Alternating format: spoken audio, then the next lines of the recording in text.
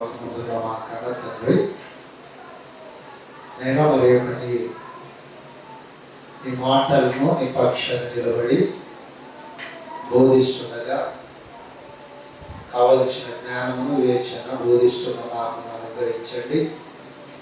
వింటున్నటువంటి నీ పిల్లలు వినువారైంది తమను తాము మోసపరుచుకోకుండా వాక్య ప్రకారం చూసుకొని వాక్య ప్రకారం స్థిరులుగా పునాది మీద పై యొక్క విశ్వాసాలను బలపరుచుకునేటువంటి విధంగా నీ పిల్లలకు మనోనేత్రాలు వెలిగించండి. నేను మరి ఇంకా రామైనటువంటి వారిని నీ సన్నిధికి నీవే త్వరగా తీసుకొని రమ్మని సమస్త ఘనత మహిమ ప్రభావం నీకు చెల్లిస్తూ యేసు వారి పేరుకి ప్రార్థన అడుగుచున్నాను తండ్రి. ఆమేన్. ప్రియమైనటువంటి దేవుని వారలారా, దేవుని యొక్క వాక్యంలో నుండి మనం తెలుసుకునేటువంటి పాఠం ఒకసారి జాగ్రత్తగా ఆలోచించినట్లయితే దేవుని వాక్యంలో నుండి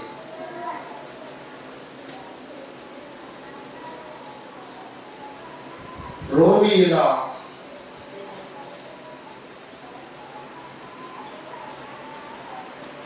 నీచ చరిత్ర అనేటువంటి అంశాన్ని జాగ్రత్తగా మనం గమనించాలని అంశాన్ని నేను చెప్తున్నాను, రాసుకోండి. రోమీయుల నీచాతి నీచమైన చరిత్ర. గమనించినట్లయితే రోమీయులు అన్నటువంటి వారు యేసుక్రీస్తు కాలంలో ప్రస్తుత కాలాన్ని పాలిస్తున్నటువంటి కాలం.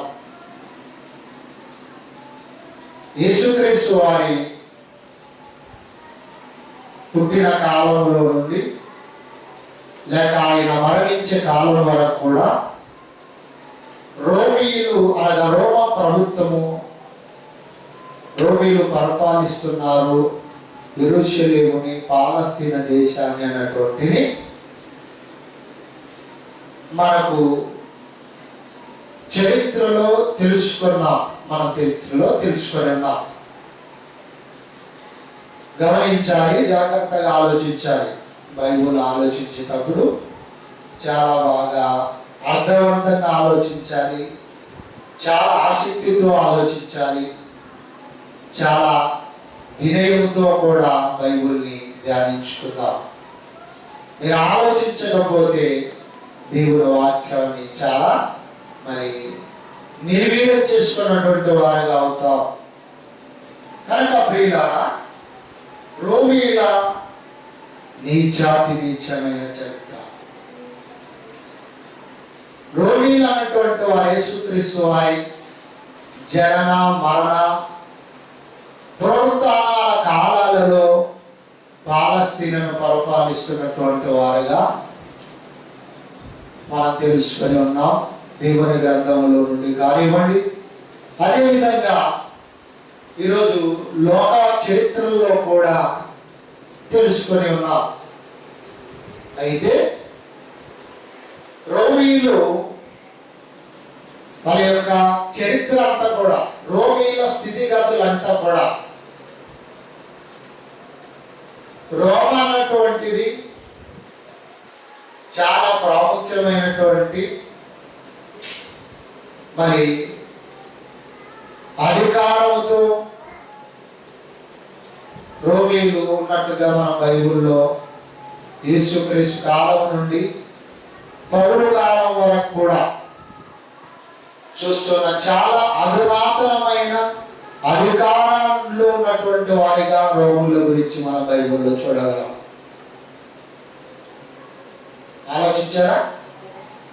రోమీయులు అన్నటువంటి వారు యేసుక్రీస్తు కాలంలో నుండి కూడా అపోస్తల కాలం అంతా కూడా వారి యొక్క అధికారం అంతా కూడా చాలా ఎంతో ఉన్నతమైనదిగా, ఎంతో అధికార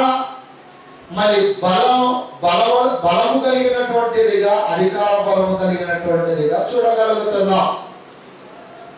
అయితే దేవుని వాక్యంలో నుండి మనం చూస్తే ఈ రోమీలు అన్నటువంటి వారు ఇశ్రాయేలీయులలో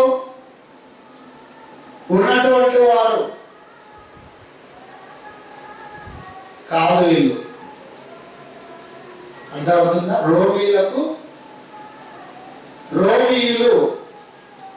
రోమీలు అంటే అధికారం వహించినటువంటి వారు, అధికారము పాలిస్తున్నటువంటి వారు,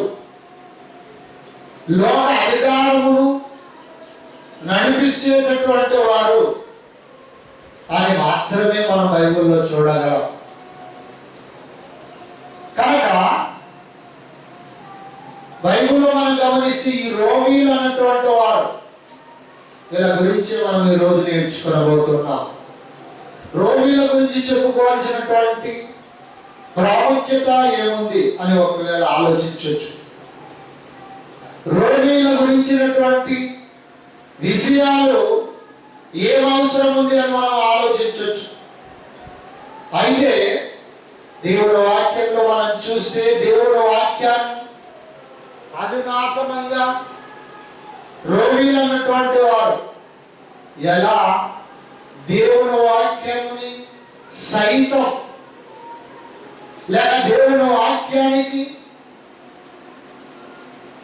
తో పాటు వారి యొక్క అధికార దుర్వినియోగం,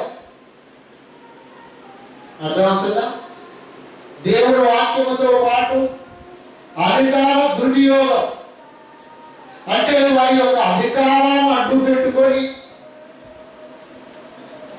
మరి యేసు ప్రభుని సిలువ చేసే కార్యక్రమాలు కానివ్వండి, యేసు ప్రభుని అధికార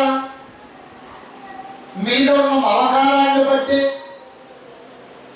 ఆ ప్రజలు చెప్పినట్టుగా శిక్షించడమే కానివ్వండి, అధికార దాహాలను ముందు పెట్టుకొని మరి ప్రతి వ్యక్తిని కూడా ఇంట్లోని అపోస్తుడైనటువంటి పౌలు ఒకనాడు సౌలుగా ఉన్నటువంటి కాలంలో కూడా ఆ రోమ ప్రభుత్వమును అధికారం పొందినటువంటి వారిగా ఉండి యేసుక్రీస్తు పేరు ఎక్కడ కూడా వినిపించకూడదని, యేసుక్రీస్తు గురించినటువంటి విషయాలు ప్రపంచానికి వినిపించకూడదని, వాటిని మరుగుపరచాలని, వాటిని డైవర్ట్ చేయాలని చూసినటువంటి సందర్భాన్ని మనం ఒక చోటు చూడగలం. మత్తయి సువార్తలో ఆయన మరణించి 3వ రోజు తిరిగి లేస్తారని చెప్పినటువంటి మాటని ఏం చేశారు సైనికులు? ఏం చెప్పారు సైనికులు అనేది మనం బైబిల్లో చూడగలిగితే, మేము నిద్రించుచుండగా ఆయనని ఎవరో ఎత్తుకొని వెళ్ళాలని ఒక అబద్ధాన్ని ఆ రోజున్నటువంటి కొందరు దుష్టుల విధానాలను బట్టి, దుష్టుల మనసును బట్టి, దుష్టుల ఆలోచనలను బట్టి యేసు ప్రభు తిరిగి లేయలేదు, యేసు క్రీస్తుని ఎవరు ఎత్తుకొని వెళ్ళారు, మేము నిద్రించుచుండగాని చెప్పండి అని ఆ రోజు రోమా అధికారంలో ఉన్నటువంటి వారు, రోమాలో ఉన్నటువంటి వారు, రోమీలో ఉన్నటువంటి అధికారాన్ని కలిగినటువంటి వారిచ్చే మరి యేసుక్రీస్తు లేయలేదన్నటువంటి ఒక పచ్చి నిజాన్ని లేక పచ్చి అబద్ధాన్ని వాళ్ళు నిజమని నమ్మించాలనుకున్నారు, పచ్చి నిజంగా. కానీ బైబిల్ ప్రకారంగా అది ఒక పచ్చి అబద్ధాన్ని నిజమని మనుషులకు నమ్మించడానికి వాళ్ళు చేసిన కుట్ర కుతంత్రాలు అన్నవి 1, 2, 3 అని మనం లెక్కించడం చాలా ఉన్నాయి. అర్థమవుతుందా?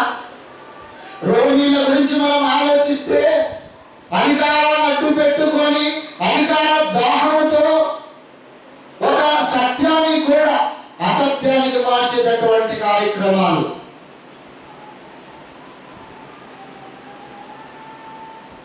అలా చేస్తూ ఏం చేస్తున్నారంటే మనం ఆలోచించగలిగితే బైబిల్లో ఆ రోమా అధికారం లేక ఆ రోమీల నుండి వచ్చినటువంటిదే ఈ ఈరోజు రోమన్ క్యాథలిక్. బాగా ఆలోచించాలి, మీకు అర్థం కావాలి, మీరు బైబిల్లో పండితులు కావాలని చెప్తున్నాను ఈ విషయాలు.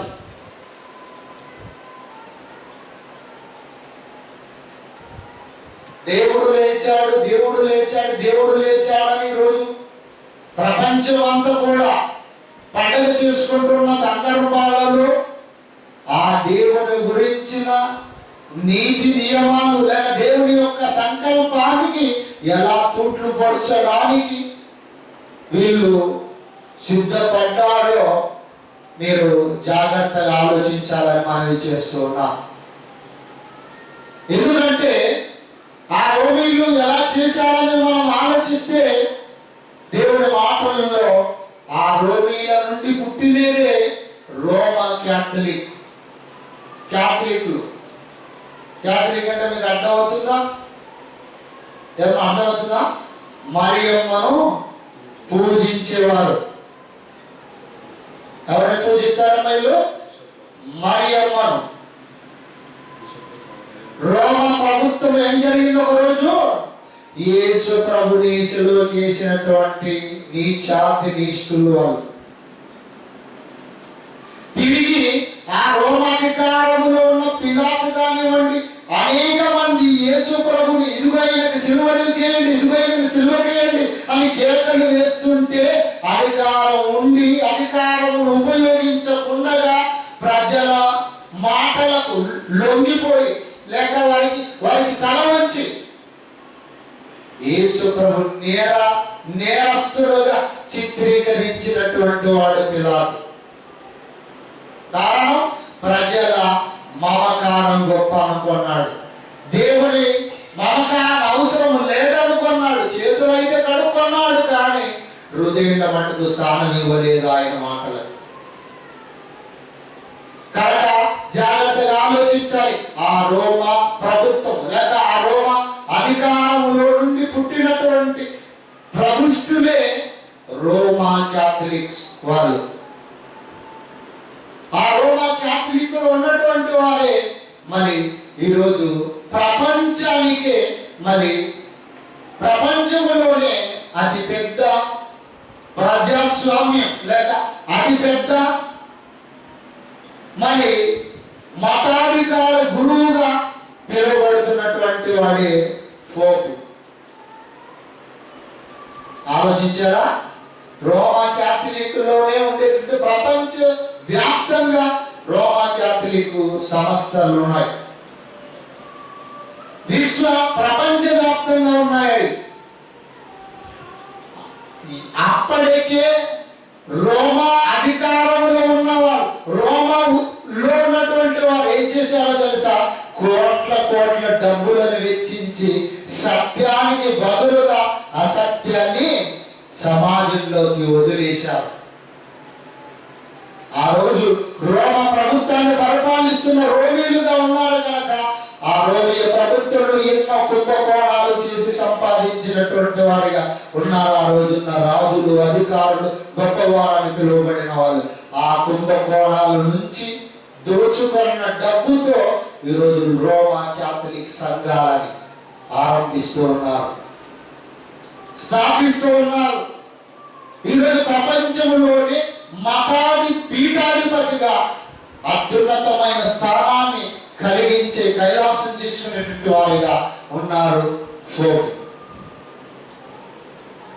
ఆలోచించారా? కనుక ఇంతకీ వీరి గురించి మీకు ఏదో చెప్పాలని మీకు చెబుతున్నాను నేను. మీకు ఏమర్థమవుతుందో ఈ మాటలు వింటున్నప్పుడు అర్థం చేయించాలి అని మీకు ముందు మాటలుగా చెప్తున్నాను ఇవన్నీ కూడా. అలా రోమా క్యాథలిక్, రోమీల నుండి పుట్టిందే రోమా క్యాథలిక్. ఆ రోమా క్యాథలిక్ లో మరి ఉన్నటువంటి ప్రబుద్ధులే ఈరోజు బైబిల్ని 73 పుస్తకాలుగా విభజించారు. బాగా ఆలోచించాలి. ఎన్ని పుస్తకాలు? 73 పుస్తకాలు. బైబిల్ 66 పుస్తకాలే ఉంటాయి, కానీ వారి బైబిల్లో ఏముంటుంది తెలుసా?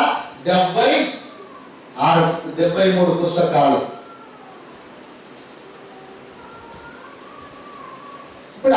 ఆలోచించాలి. బైబుల్ని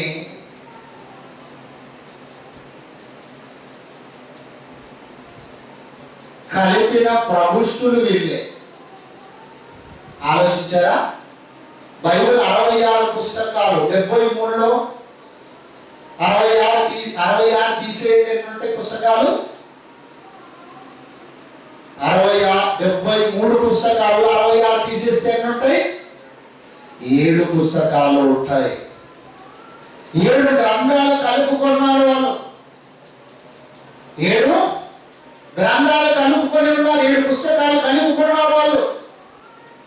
అందుకే 73 పుస్తకాలు రోమా క్యాథలిక్లో ఉంటాయి. జనరల్ బైబుల్లో, మన చేతిలో ఈ రోజు ఉన్నటువంటి బైబుల్లో 66 పుస్తకాలు ఉంటాయి.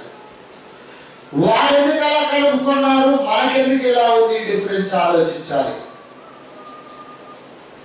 వాళ్ళు చేసినది కరెక్టా, మనం చేస్తున్నది కరెక్టా అన్నది మనం ఆలోచిస్తే ఇక వీళ్ళ గురించి చెప్పుకోదగినటువంటి విషయాలు చాలా ఉన్నాయి. వీళ్ళు ఏం చేశారంటే, ప్రకటన గ్రంథం 22:18 ఉన్నాడు. ఈ ప్రవచన గ్రంథమందు రాయబడిన మాటలలో ఒకటి తీసివేయకూడదు, ఒకటి కలపకూడదు అన్నాడు దేవుడు. ఎవరి ద్వారా రాయించాడు మాటల్ని? యోహాను గారి ద్వారా రాయించాడు ప్రకటన గ్రంథాన్ని. ప్రకటన గ్రంథం లేదు, ఈ ప్రవచన గ్రంథమందు రాయబడిన మాటలు మటుకి ఇవే సత్యాలు. మరొక మాటల్ని కలపకూడదు, మరొక మాటల్ని దీంట్లోకి చేర్చకూడదు, కలపకూడదు, మరి తీసివేయకూడదు అని చెబితే ఈరోజు ఏం చేశారు? 73 పుస్తకాలుగా దాదాపు 77 పుస్తకాలు బైబిల్లో కలిపినటువంటి నీచాతి నీచులైన రోమీలు. ఎన్ని పుస్తకాలు? దాదాపు 7 పుస్తకాలను బైబిల్లో కలిపారు. అంటే దేవుని వాక్యానికి వ్యతిరేకంగా, దేవుని వాక్యానికి విరోధంగా, దేవుని వాక్యానికి మరి భయంకరమైన తిరుగుబాటు కలిగినటువంటి వారిగా ఈరోజు రోమా క్యాథలిక్లో ఉన్నటువంటి సంఘస్థులను పిలువబడేవారు మరి ఈరోజు కలిపారు. అంటే నిజంగా క్రైస్తవులు ఏం చేస్తున్నారనేది నేను ఆలోచిస్తున్నా. క్రైస్తవులకు ఎంతవరకు దేవుని మాటలు అర్థమవుతున్నాయని నేను ఆలోచిస్తున్నా. ఇంకా వీళ్ళ గురించి ఆలోచిస్తే మరియమ్మను పూజించమని ప్రేరేపించి చెప్పిన వాళ్ళు వీళ్ళే. 7 పుస్తకాలను అదనంగా కలిపిన వాళ్ళు వీళ్ళే. తిరిగి కొబ్బరికాయ కొట్టవచ్చు సిలువకని చెప్పిన వాళ్ళు వీళ్ళే. ఊరు కడ్డీలు ముట్టించవచ్చు సిలువ దగ్గర యేసుప్రభు బొమ్మ యుద్ధాన్ని పెట్టిన వాళ్ళు వీళ్ళే. ఆలోచించారా? ఏది చేస్తున్నారు? ఎన్నమ్మా? మరియమ్మను పూజించుట, 7 పుస్తకాలు కలపటం, పూజించమని టెంకాయ ఊదుపత్తిలతో దేవుని మరి పూజించమని, విగ్రహాలను పూజించమని, విగ్రహారాధన వైపు పరుగులెత్తించినటువంటి వారు కూడా రోమీలే. కనుక రోమీల గురించి మనం ఆలోచిస్తే ప్రారంభం నుండి కూడా వారిలో ఒకటి ఉంది, సత్యాన్ని విరోధంగా. కనుక సత్యాన్ని విరోధంగా, సత్యానికి విభిన్నంగా కలిపేటటువంటి మనస్తత్వం కలిగినటువంటి ప్రభుత్వులు ఎవరంటే రోమా క్యాథలిక్లో ఉన్నటువంటి వారు, రోమీలు. కనుక ఈ రోమీల నుండి ఇంకా ఏమేమి బైబిల్ కలపబడిందో జాగ్రత్తగా బైబిల్ని ఆలోచించాలి. రోమీల నుండి, రోమీల ఉద్దేశాలలో నుండి ఎలాగూ బైబిల్ని విచ్ఛిన్నం చేశారు వారికి ఉన్నటువంటి మూఢనమ్మకాలతో. బైబిల్ని మనం ఆలోచిస్తే కనుక ఈ రోమీల గురించి మనం ఆలోచిస్తుండగా మనకి ఏమర్థమవుతుందమ్మా? వీళ్ళు భక్తులుగా కనిపిస్తున్నారా, భక్తిహీనులుగా కనిపిస్తున్నారా? వీరి యొక్క చరిత్రను చూస్తుంటే వింటున్నారా మీరు? కనుక భక్తిహీనతగా వీరు క్రమక్రమంగా అడుగులేస్తూ సత్యాన్ని అడ్డగించాలన్న కంకణ కట్టుకున్న వారుగా యేసుని సిలువ వేసి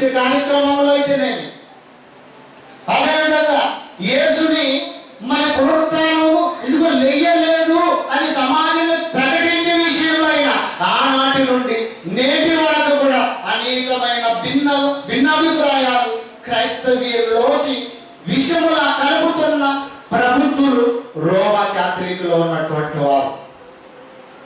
కనుక వాళ్ళు ఎలా కలుపుతున్నారు వారి చరిత్ర గురించి బైబిల్లో చూద్దాం. ఇప్పుడు వారి యొక్క స్థితిగతుల గురించి దేవుడి గ్రంథంలో దేవుడు పరిశుద్ధాత్మతో ఏది రాయించాలో చూద్దాం. చూడండి, రోమీయులకు రాసిన పత్రిక 1వ అధ్యాయాన్ని 19-20 వచనాలను ఒకసారి జాగ్రత్తగా ఆలోచించాలి. బైబిల్ చదివేటప్పుడు ప్రతి పదం చాలా ప్రాముఖ్యంగా చదువుకుంటేనే మనకు బోధపడుతుంది. లేదంటే మనల్ని మనమే మోసపరుచుకున్న వారం అవుతాం. మనల్ని మనమే నిత్యాగ్ని దండనికి నడిపించుకునే వారిగా అవుతాం. మనల్ని మనమే మన కళ్ళు మనమే పొడుచుకునే వారిగా అవుతాం. మనల్ని మనమే నాశనానికి చేరుకునేటటువంటి వాళ్ళు చేర్చుకునే వారిగా మనకు మనమే పవిత్రులుగా ఉంటాం. కనుక చదవన మాటని రోమీయులకు రాసిన పత్రిక 1వ అధ్యాయం 19-20 వచనాలు.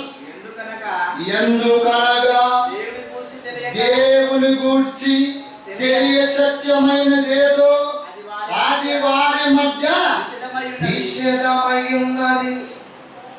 విషదమై ఉన్నది. విషదం అంటే అర్థమై ఉన్నది, తెలపబడి ఉన్నది, తెలుపబడి ఉన్నది. వాళ్ళు ఏం చేశారంటమ్మా?